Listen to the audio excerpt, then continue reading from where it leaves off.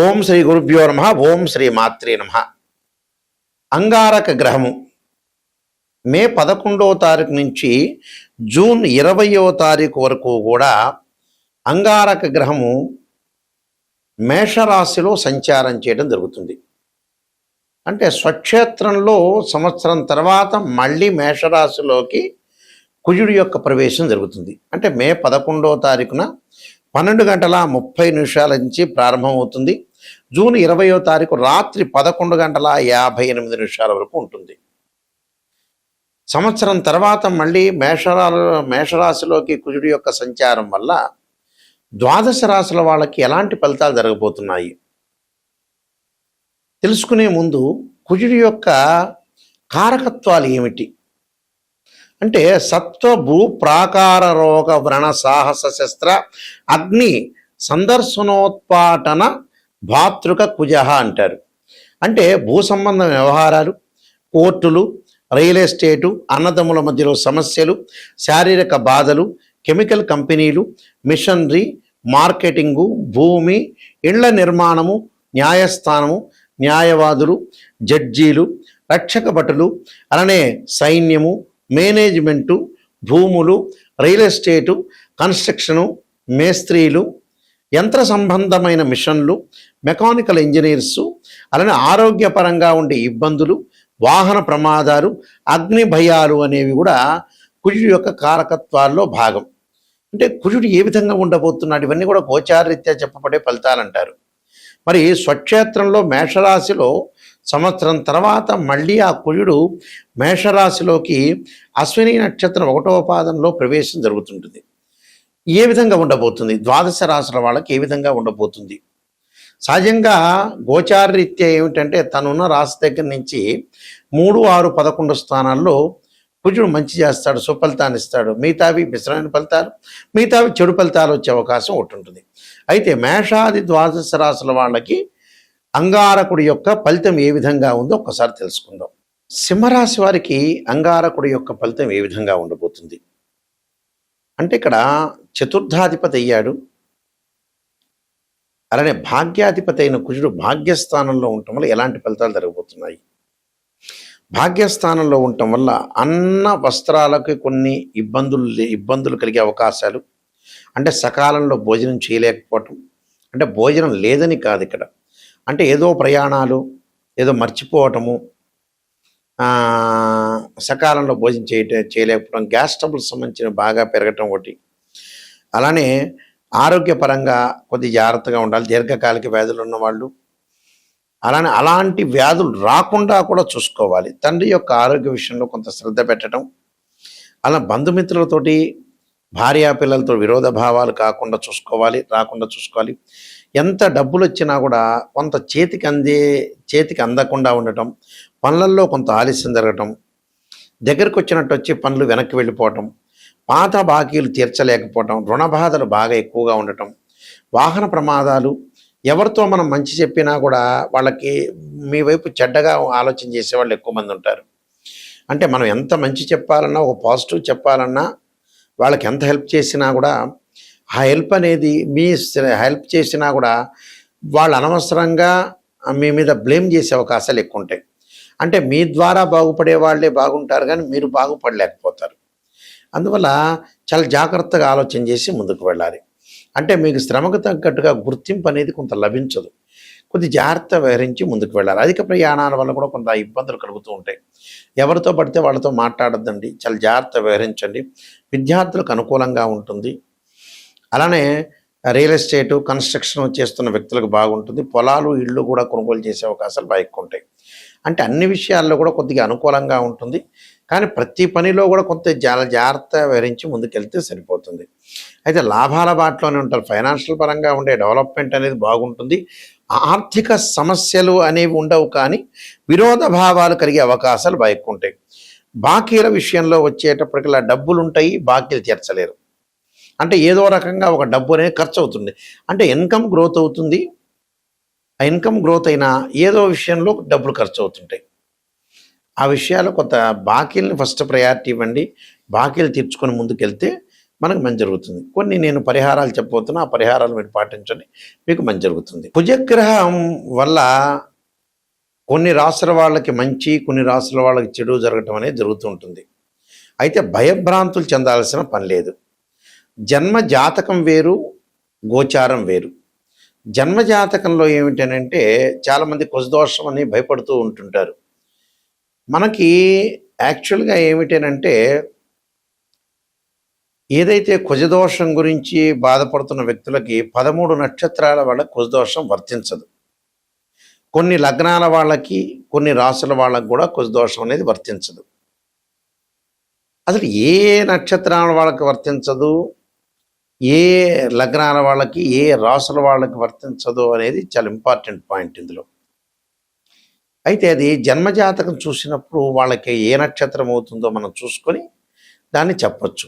13 నక్షత్రాల వాళ్ళకి ఇప్పుడు అశ్విని, మృగశిర, పునర్సు ఇలాంటి నక్షత్రాల వాళ్ళకి, రేవతి కానీ, అనురాధ కానీ, ఇలాంటి కొన్ని 13 నక్షత్రాల వాళ్ళకి, కొన్ని రాసుల వాళ్ళకి కానీ, కొన్ని లగ్నాల వాళ్ళకి కానీ కుజదోషం అనేది వర్తించదు. అలానే కుజుడు గురువుతో కలిసిన గురువు యొక్క దృష్టి కుజుడి మీద ఉన్నా కూడా మనకి కుజదోషం అనేది వర్తించదు.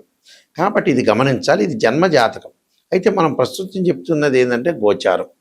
గోచార పరంగా తమ రాశి నుంచి 3, 6, 11 స్థానాల్లో కుజుడు ఉంటే మంచివాడు. మిగతా రాశుల్లో మిగతా స్థానాల్లో ఉంటే మిశ్రమైన ఫలితాలు, చెడ్డ ఫలితాలు జరిగే అవకాశం ఉంటుంది. అలా భయభ్రాంతులు చెందాల్సిన పని లేదు. మరి కుజుడు మనకి గోచారరీత్యా అనుకూలంగా లేకపోతే, కుజుడు యొక్క ప్రభావం అనేది మన జాతకం మీద ఉంటే ఏం చేయాలి, అసలు ఎలాంటి పరిహారాలు చేయాలి? టోటల్గా జన్మ జాతకమైన గోచారమైనా కూడా బోత్. కుజుడికి అధిదేవతల ప్రత్యదేవతలు ఉంటారు. అంటే అంతరిక్ష దేవత అయిన భగడాంబుకి యొక్క ఆరాధన చేయటం, సుబ్రహ్మణ్య స్వామిని యొక్క ఆరాధన చేయటం, తత్పురుషాయుధే మహాసేనాయుధీమే తన్నో షణ్ముఖ ప్రచోదయాత్ అనే మంత్రాన్ని, అంగారకాయుధే శక్తి హస్తాయుధీమే తన్నో భౌమ ప్రచోదయాత్ అనే అంగారక గాయత్రి మంత్రాన్ని కానీ, సుబ్రహ్మణ్య స్వామి యొక్క గాయత్రి మంత్రాన్ని కానీ చదవటం ఒకటి. అలానే అంగారకుడికి అధిదేవత ప్రత్యదేవతలు ఉంటారు, పృథ్వీ. అలానే క్షేత్రపాలకుడిని కూడా ఆరాధన చేయాలి. పృథ్వీ దేవతను, అలానే క్షేత్రపాలకుని ఆరాధన చేయాలి. అలానే అధిష్టాన దేవతను సుబ్రహ్మణ్య స్వామిని, అంతరిక్ష దేవత అయిన భగడాముఖి దేవిని కూడా ఆరాధన చేయడం చాలా మంచిది. అంటే జాతక చక్రంలో కుజుడు నీచబడినా, కుజదోషం ఉన్నా, అలానే కుజుడు అనుకూలంగా లేకపోయినా కూడా మనం దాని యొక్క పరిహారాన్ని చేసుకొని ముందుకెళ్ళటం అనేది చాలా ఇంపార్టెంట్. ఎందుకంటే కుజరాహువులు కలిసినా లేదా శని రాహువులు కలిసినా ఉన్నవారు కూడా కొన్ని మంచి విషయాలు జరిగే అవకాశాలు ఎక్కువగా ఉంటాయి. కాబట్టి కొద్దిగా జాగ్రత్తగా ఆలోచన చేసి అసలు జాతకంలో ఏంది, కుజుడు నీచబడ్డాడా, శత్రుక్షేత్రంలో ఉన్నారా, అలానే కుజుడు యొక్క కలయిక ఏ విధంగా ఉండబోతుంది, అంటే కుజరాహుల యొక్క కలయిక, కుజకేతుల యొక్క కలయిక, కొన్ని కలయికలు ఉంటాయి. కొన్ని కలయికలు మంచివి, కొన్ని కలయికలు చెడ్డగా ఉంటాయి. కాబట్టి జాతకపరంగా భగడాముఖి దేవిని ఆరాధన చేయటం చాలా మంచిది. అలానే మంగళవారం రోజున ఉపవాసం ఉండటం మంచిది. అలానే 2 జంట సర్పాలను దానం చేయటం కూడా చాలా మంచిది. ఈ పరిహారాలు చేసుకుంటే అంగారకుడి యొక్క దోషం పోతుంది.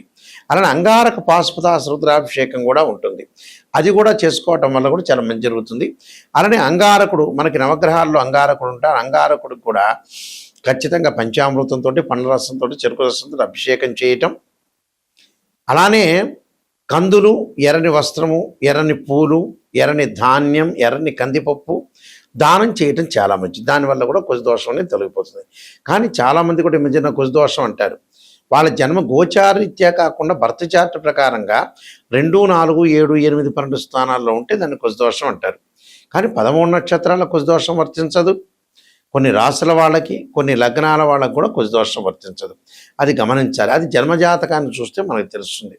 అయితే నేను కాలసర్పయోగ చంద్రిక, రాహుకేతులు, ఛాయాగ్రహాలు, అలానే జాతక చంద్రిక, వివాహ మార్తాండము, స్వప్నశాస్త్ర ఫలదీపిక, పుత్రగణపతి వ్రతము, బృహత్ పరిహార సింధు, నవగ్రహాలకి దోష పరిహారానికి దశమహావిద్యల యొక్క స్తోత్ర పారణాలు, ప్రిడిక్షన్ ఆఫ్ ఆస్ట్రాలజీ, పుత్రగణపతి వ్రతము, ఇలాంటి నెంబర్ ఆఫ్ ఆస్ట్రాలజీ బుక్స్ రాశాను.